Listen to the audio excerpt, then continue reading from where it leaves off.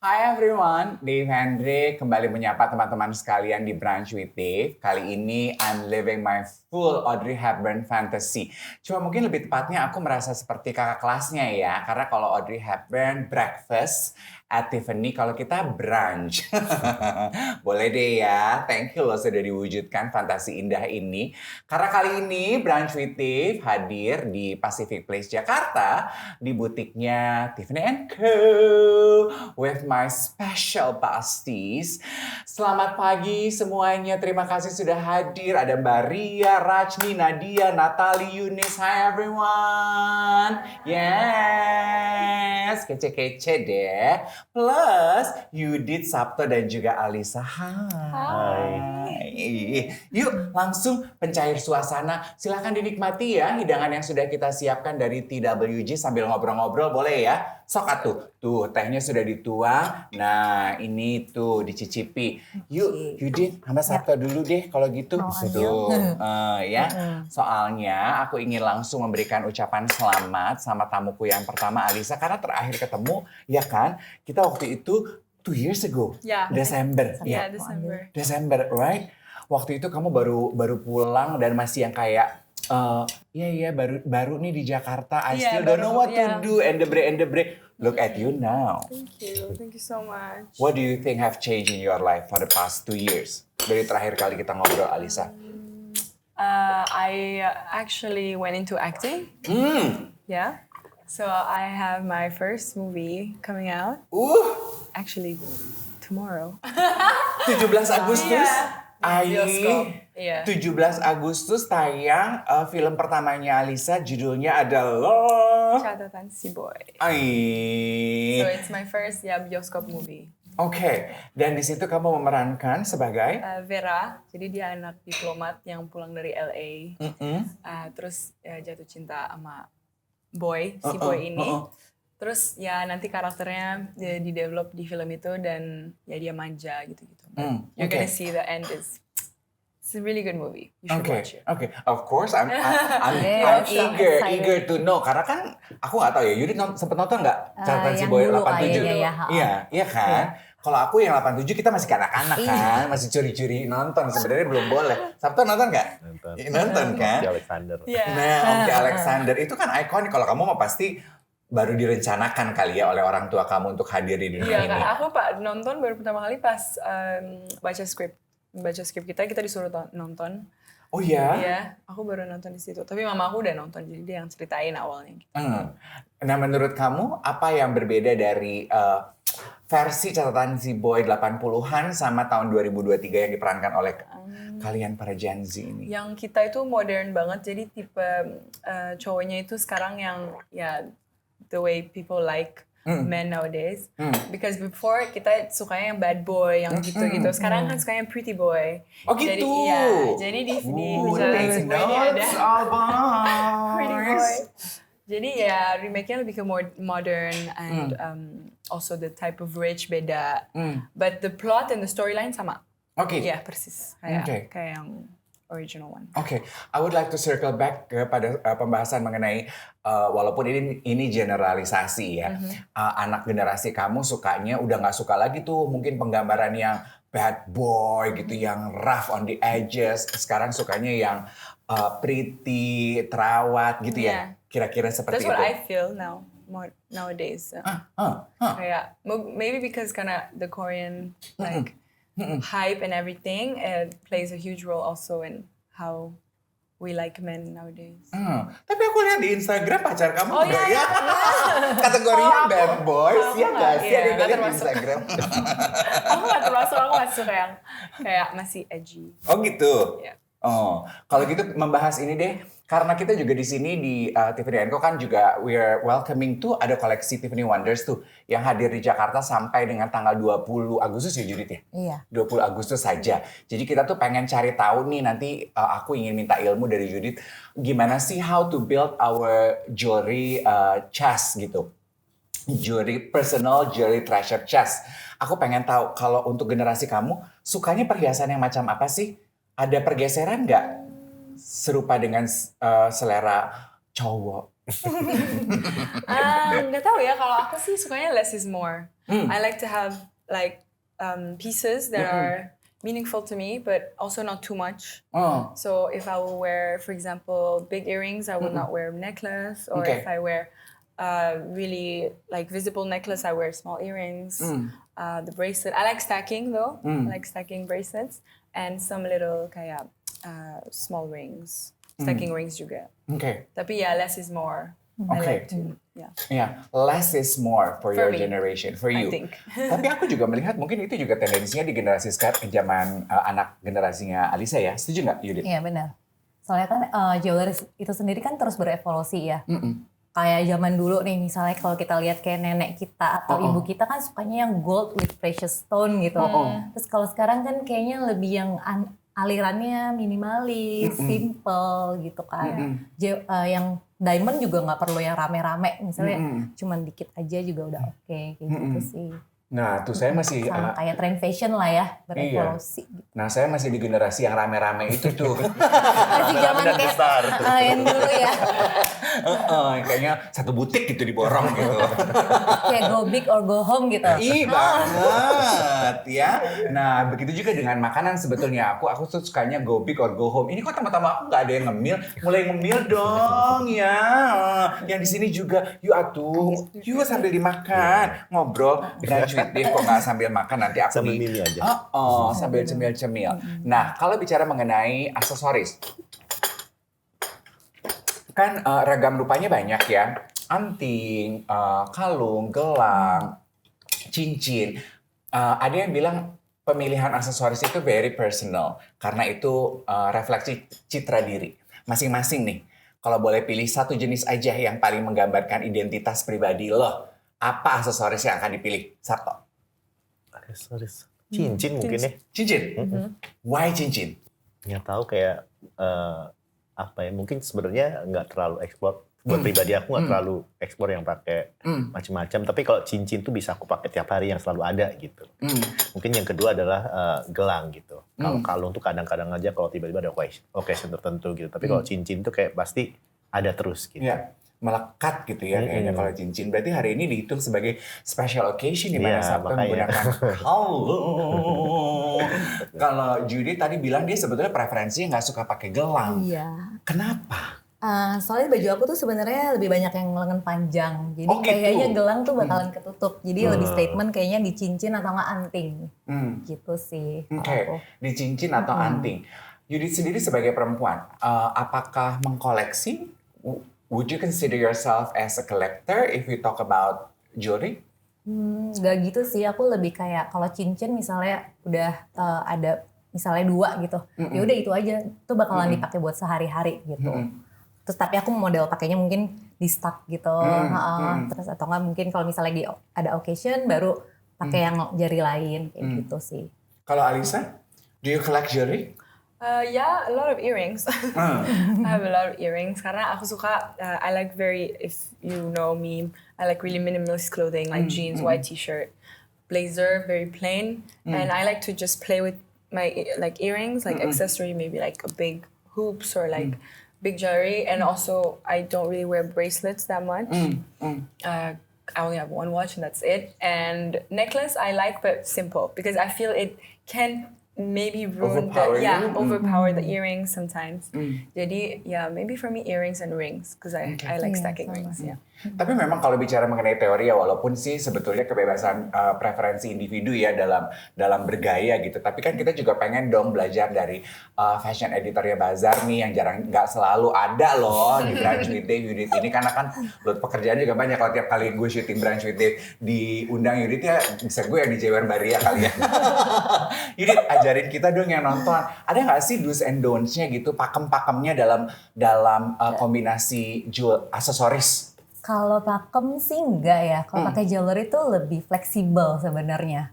Yang penting tuh seimbang aja sih, balance. Jadi misalnya kayak lagi pakai yang kayak kamu bilang tadi, misalnya dia lagi pakainya hoops, ya udah nggak usah pakai kalung lagi gitu. Terus kalau misalnya dia udah pakai kalung, ya mungkin antingnya jadinya yang lebih kecil dipilihnya. Terus gelang juga, atau misalnya kayak ada orang kan yang lebih suka pakainya gelang tuh rame. penuh. Nah itu boleh tuh bisa di mix tuh, misalnya warnanya ada yang white gold atau yang rose gold atau silver juga bisa, atau yang lebih simpelnya lagi gitu. Tuh nggak apa-apa sih. Yang penting ukurannya jangan kayak overpowering gitu. Misalnya kalau yang satu gede banget, yang satu kecil, ya bakalan jomplang kan jadinya. Ya, jadi komposisi itu juga perlu gitu ya. Komposisi. Pokoknya sih semuanya jangan jomplang aja lah, tetap dilihat masih estetik nih. Oke. Gitu sih. Berarti contoh mungkin ya apa yang dikenakan oleh Alisa kali ini, dia menggunakan kalung yang size-nya terbilang cukup besar gitu ya, sehingga we balance it out dengan pilihan anting yang Lebih simple. garisnya itu tipis-tipis begitu ya, gelang dan juga cincinnya juga tuh ya kan langsing-langsing gitu. Sementara Sabto kan juga kalungnya cukup statement, makanya nggak kita pakein anting loh. Nah, kalau dari Sabto sendiri sebagai seorang desainer, sebetulnya mana yang duluan, yang didahulukan? Baju dulu, baru kita menentukan aksesoris dalam berdandan, atau bisa dari aksesoris kita menentukan pakai bajunya apa? Bisa dua-duanya sih menurut aku gitu, tergantung kebutuhannya. Kalau tiba-tiba kita memang udah plan dari bajunya atau plan bajunya tiba-tiba udah disiapin, ya tinggal jewelry ngikutin gitu. Begitupun sebaliknya gitu. Tapi menurutku juga nggak apa-apa juga kalau tiba-tiba memang kita tabrakin aja. Tapi tapi tetap aja konteksnya YouTube bilang tadi ada harmonisasinya gitu, ada seimbangnya gitu. Nah itu loh Sabto, ya kan kalau kayak buat Yudit, buat Sabto ya, yang orang udah terbiasa, orang seni, kreatornya ngomongin harmonisasinya, kayaknya it's all about the taste gitu. Buat kita nih rakyat gitu, gimana sih ngajarinnya? Ada nggak? How do we know that it's too much maybe, or we need more? Mungkin bisa diawali dari kita punya sesuatu yang kita suka dulu apa enggak gitu. Oke. Kayak kita harus kayak apalagi kalau kita mau koleksi ya. Kita koleksi, kita mulai dari sesuatu yang kita suka. Kita suka, kita kumpulin, terus mungkin dari situ kita mulai main-main tuh. Kayak ini ketemuin ini. Itu bukan sesuatu yang mungkin juga kayak gift buat kita, kayak mungkin orang dianggap orang kreatif, orang itu yang bisa tahu, tapi bisa juga by pengalaman gitu. Kayak dengan kita udah punya koleksi yang semakin banyak, kita bisa coba-coba aja gitu. Coba mix mungkin kayak tadi emas putih sama dengan emas, dengan rose gold gitu-gitu. Kita coba-coba aja. Itu kayak by experience juga nanti akan bisa nemuin apa yang sesuai dengan dia gitu. Oke. Berarti sama kayak kita matematika kumon ya, harus sering-sering berlatih, mix and match, dipakai, dicoba-coba gitu ya, bicara mengenai aksesoris, nggak ada pakemnya, baru akhirnya nanti kita rasa sendiri, ini kayaknya too much deh, ini kayaknya cocok nih, baru akhirnya nemu gitu ya. Oke. Karena kalau bicara mengenai koleksi ya, banyak yang bilang bahwa perhiasan itu juga termasuk jewelry yang layak untuk dikoleksi, setuju nggak Judit? Betul. Nah, sama kan sebetulnya dengan koleksi bajunya Sabto kan juga, ya kan? Aku ingat pada kesempatan waktu aku pernah MC preskon kamu juga pengennya koleksi kamu tuh menjadi collectible items. Makanya setiap koleksi harus gitu dimiliki karena dibuat satu persatu berbeda gitu kan? Nah, how to build your jewelry treasure chest? Gimana sih caranya, Yudit? Gimana ya? Coba Mas Sabto Tadi gimana? Mas Sabto udah ngasih satu peluru tuh. Mulai dari apa yang kita suka. Iya betul. Iya sama sih, balik lagi sih. Kalau aku malahan lebih ke look-nya dulu ya, wardrobe-nya dulu. Baru ke jewelry-nya yang cocok apa gitu. Nah kalau misalnya kayak baju-bajunya Mas Sabto nih kan banyak udah intricate details gitu ya. Ya mungkin jadi bisa mainnya di anting kayak gitu, atau nggak mungkin kalau yang kayak gini open necklace ya udah bisa pakai kalung kayak gitu sih. Terus lebih yang apalagi ya kayak warnanya juga kali ya. Ya nggak sih Mas? Kalau kita bicara mengenai jewelry treasure chest itu kan berarti sebetulnya koleksi perhiasan yang akan kita simpan gitu ya. Nah, how to build it gitu. Kita mulai dari mana? Nah, ya jawabannya tunggu dulu. Kita kasih kesempatan tamu-tamuku untuk mencicipi hidangan yang sudah kita siapkan. Kita break sebentar and we'll be back for you.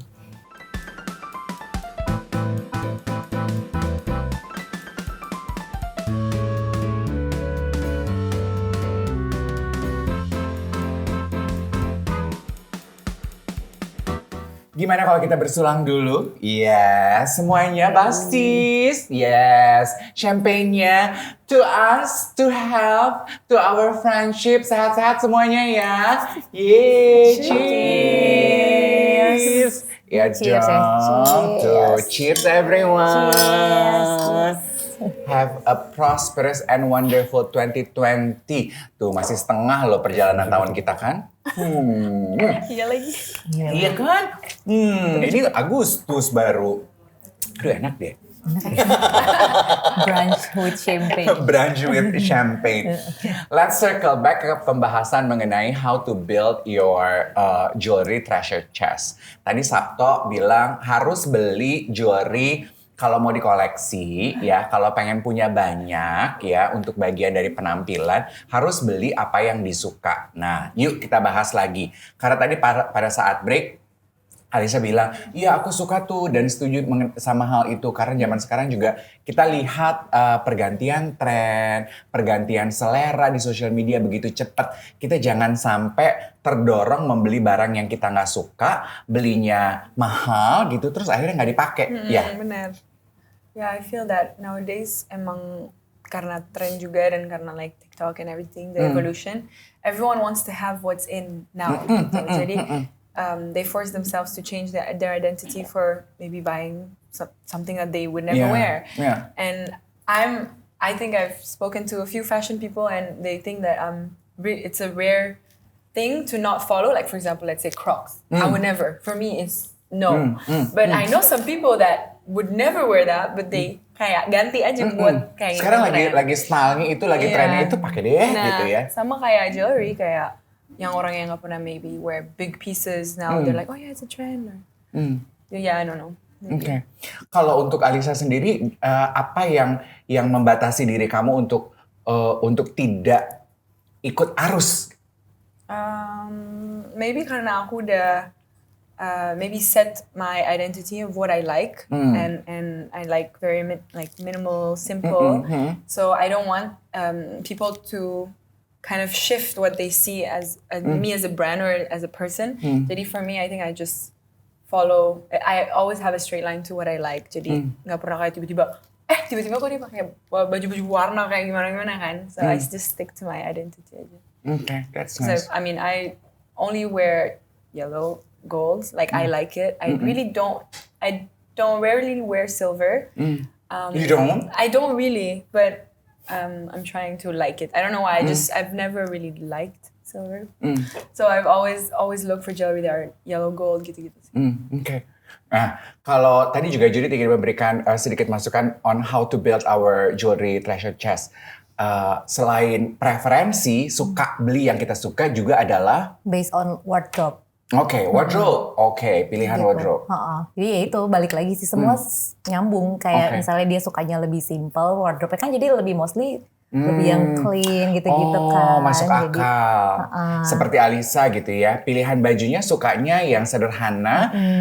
Akhirnya jewelry yang dia beli anting yang gede-gede Iya. gitu. Nah, kamu sukanya kayak apa pilihan bajunya gitu ya Yudit ya? untuk menyempurnakan tampilan. Jadi nggak yang misalnya dia sukanya ball gown juga hoop-hoopnya gede gitu, enggak juga. Tapi mungkin ada beberapa yang kayak gitu untuk occasion tertentu kali ya. Occasion, Kayak gitu sih. Ya. Oke, make sense. Terus, Pendapat Sabto sendiri sebagai seorang desainer nih, tren situasi zaman sekarang nih yang kayaknya everything, situasi sosial media, want now, see now, want now gitu. Ya kan gitu ya. Baik, Ngos-ngosan deh ya kayaknya kita ikut serta tuh ya memenuhi selera pasar. Any comments on that? Sebenarnya kalau gini, kalau selama itu memang kita kita bisa sesuai nama style masing-masing, kayak inline dengan style kita masing-masing, masih nggak apa-apa gitu. Kan kita nggak jadi seolah nggak maksa, karena kita memang suka gitu. Kita bisa aplikasiin jewelry tersebut sama gaya kita gitu. Tapi kalau memang itu kayak kalau di setting dia nggak mungkin pakai Crocs jauh banget kan gitu. Kayak maksain gitu ya jangan gitu.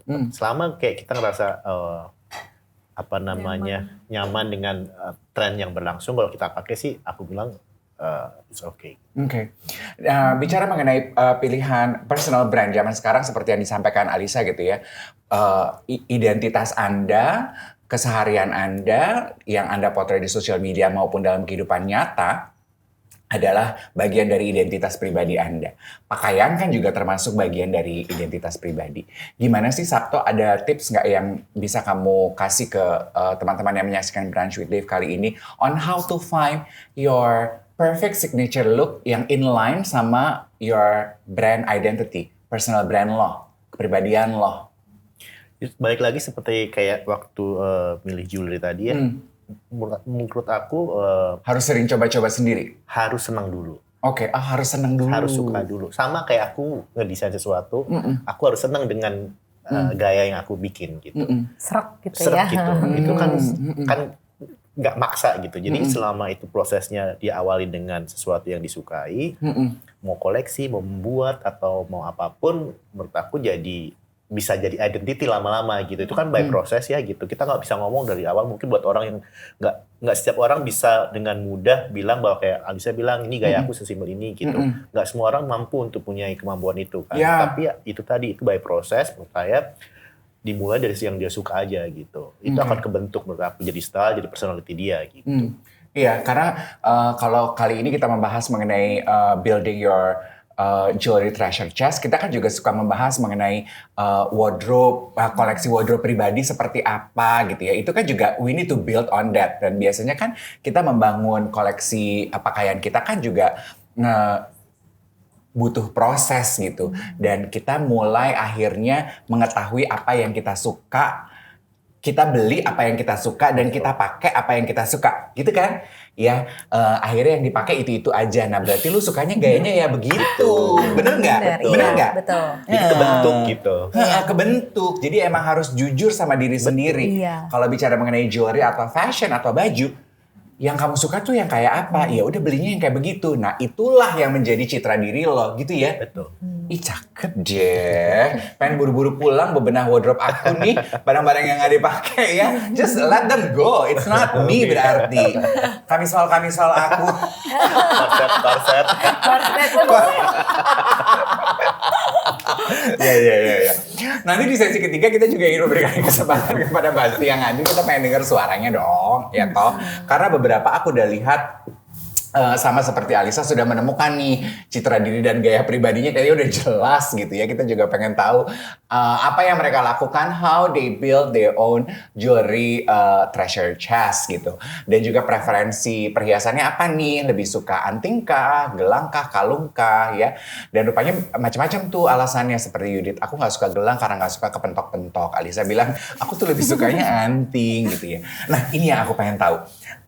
Dalam membeli aksesoris, kalau baju, tas, biasanya kan orang punya plafon gitu ya. Kalau kamu, do you set a certain boundaries gitu? Segini aja aku kalau mau beli aksesoris karena aku orangnya bosenan. Bicara harga. Aku malah kebalik, jarang beli aksesoris unless if I really like it. Oke. Jadi if I really like, let's say a ring, I'll have it in my mind until I buy it gitu. Jadi bukan kayak kesini kiri kanan. No, gitu. I'm not impulsive on jewelry karena I Okay. feel it's very personal Yeah. and it's piece by piece, and then you just kind of create your jewelry box at the end. But it's pieces that you really want gitu, kayak you buy and you invest in it. Nah, itu juga berarti ya bisa menjadi faktor penentu tuh in building your jewelry treasure chest gitu. Jangan impulsif. Satu, beli yang suka ya, benar nggak? Dua, jangan impulsif. Karena biasanya impulsif itu dorongannya nggak jelas, bukan karena taste pribadi, bisa juga karena lapar mata ya, lapar dorongan tren gitu ya. Ya, cakep deh kamu, ya. Dicatat deh ya, biar kita bisa punya panduan yang jelas dan lengkap gitu. Ada nggak name one item jewelry yang buat kamu jagoan kamu dalam berdandan dan aduh nggak nyesel banget waktu aku beli itu? Ada. Anting? No, rings. Rings. Yeah, rings. Maybe because I have with my dad. Jadi kita ada beli sentimental bareng. value. Ada. Kayak kind of like the lock, you know. Kayak it's something very, because it's genderless kan. Jadi you can also, I mean the principle is a lock, so you create this bond.